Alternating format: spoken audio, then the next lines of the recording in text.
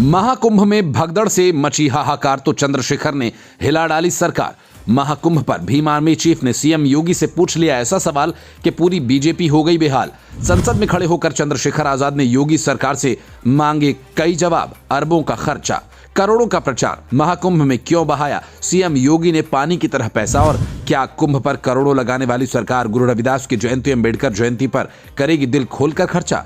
क्या सरकारी पैसे पर सिर्फ एक ही धर्म के लोगों का है अधिकार? चंद्रशेखर आजाद ने योगी सरकार को कटघरे में खड़ा कर वो सवाल कर डाले जो कहीं ना कहीं आम लोगों के मन में चल रहे थे। आप खुद ही सुनिए। क्या सरकारी पैसे पे एक ही धर्म का अधिकार है? दूसरे धर्म के धार्मिक आयोजनों पे अभी कुंभ में 7,500 करोड़ रुपए खर्च किया आपने। आप रविदास जयंती पे कितना खर्च करेंगे? आप 14 अप्रैल को डॉक्टर बाबा साहब अम्बेडकर जिनकी जय जयकार होती है उन पे कितना खर्च करेंगे? और उनके विचारों को आगे बढ़ाने के लिए आप क्या सहयोग करेंगे? ये सवाल बहुत बड़ा है। और अंत में सर, मुझे आपसे आपके माध्यम से सरकारों को कहना है सर, क्या इस देश से दलितों, मुसलमानों, पिछड़ों, आदिवासियों को निकाल देना चाहती है सरकार?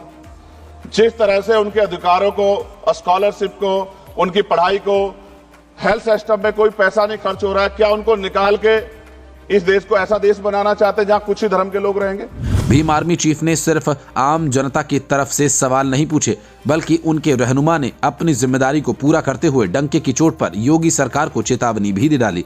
अगर किसी के भी साथ नाइंसाफी हुई या किसी भी धार्मिक आस्था के साथ खिलवाड़ किया गया तो उसके परिणाम भुगतने पड़ेंगे। संसद से लेकर सड़क तक ईंट से ईंट बजा दी जाएगी। सर, मैं ये कहना चाहता हूँ, देश सबका है, और अगर सरकार ये तय करके बैठ गई कि वो दलितों, मुसलमानों को, पिछड़ों को, आदिवासियों को निकाल देगी, तो सर ये संभव नहीं।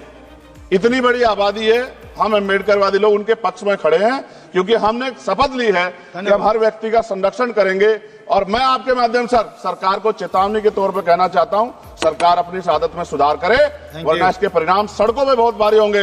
अगर मुसलमानों को, दलितों को आप लोग निकालने के बारे में सोचोगे और उनकी धार्मिक आस्था का अपमान करोगे तो ये हम लोग किसी कीमत पे बर्दाश्त नहीं करेंगे। मैं आपका धन्यवाद करूंगा सर, लेकिन साथ साथ मैं ये भी कहूंगा सर, और सर खत्म कर रहा हूं सर, 10 सेकंड में खत्म कर रहा हूं सर, आप आदेश करेंगे तो खत्म कर दूंगा। खत्म कर दीजिए, एक सेंटेंस बोलिए।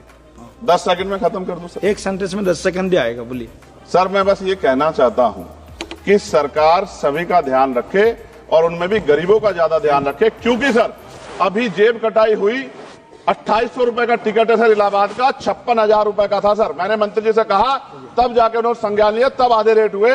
इसलिए कह रहा हूं, धर्म के नाम पे धंधा और लूट नहीं होनी चाहिए सर, इसकी जिम्मेदारी सरकार की। धन्यवाद सर। चंद्रशेखर आजाद का साफ कहना है कि चलो ठीक है, महाकुंभ पर करोड़ों खर्च किए चलेगा, लेकिन सनातन धर्म का डंका बजाने के अलावा बाकी धर्मों पर भी ध्यान दिया जाएगा या उन्हें उखाड़ फेंकने की मंशा है।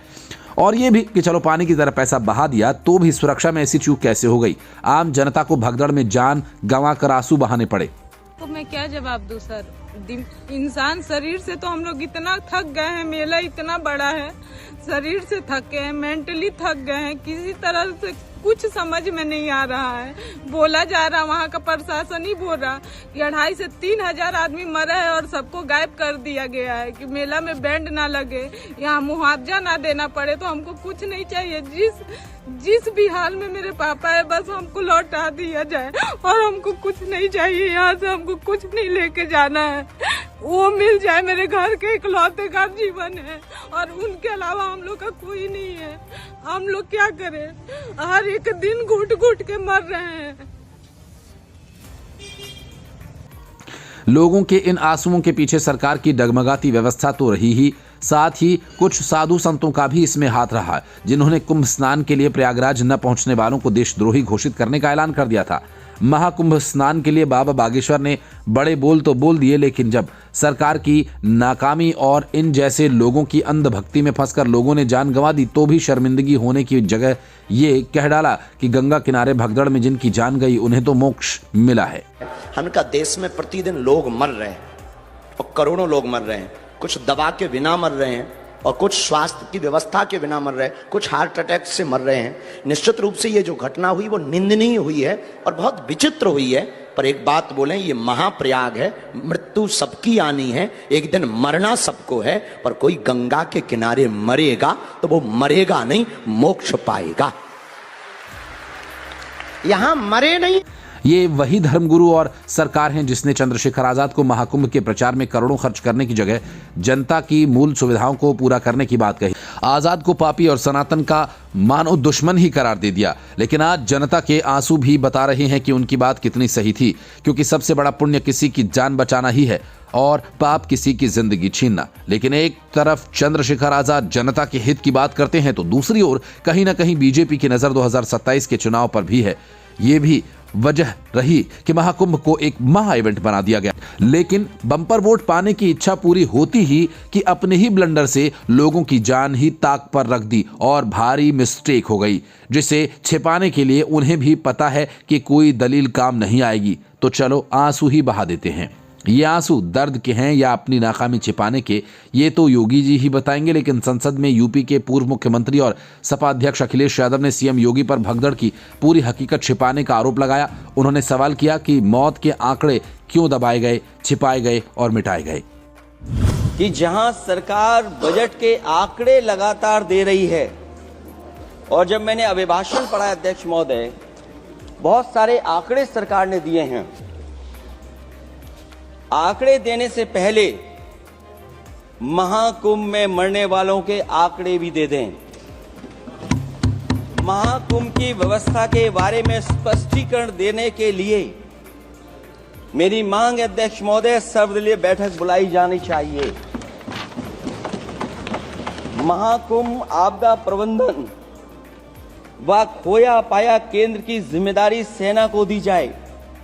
महाकुंभ हादसे के शिकार लोगों की मृत्यु, घायलों का इलाज, दवाइयों, डॉक्टर, भोजन पानी, परिवहन की उपलब्धता का आंकड़ा संसद में पेश किया जाए। महाकुंभ हादसे के लिए जिम्मेदार लोगों पर, महाकुंभ हादसे के लिए जिम्मेदार लोगों पर घोर दंडात्मक कार्रवाई हो। जिन्होंने सच छिपाया है उनको दंडित किया जाए। अध्यक्ष महोदय, हम डबल इंजन की सरकार से पूछते हैं, अगर अपराध बोध नहीं था तो आंकड़े दबाए, छिपाए और मिटाए क्यों गए हैं? सच छिपाना और मिटाना भी तो अपराध है। इसका दंड कौन भुगतेगा अध्यक्ष महोदय? अखिलेश के सवाल हों या चंद्रशेखर आजाद के या अन्य किसी विपक्षी पार्टी के, महाकुंभ में हुए इस महाकांड पर योगी सरकार का सवालों के घेरे में आना लाजिमी है। अब देखना होगा कि 2027 के लिए जिस धार्मिक कार्य को महा इवेंट बना दिया गया, तो अब उसके फेल होने पर दूसरा ऐसा कौन सा मुद्दा उठाया जाएगा जिससे सबका ध्यान शिफ्ट हो सके।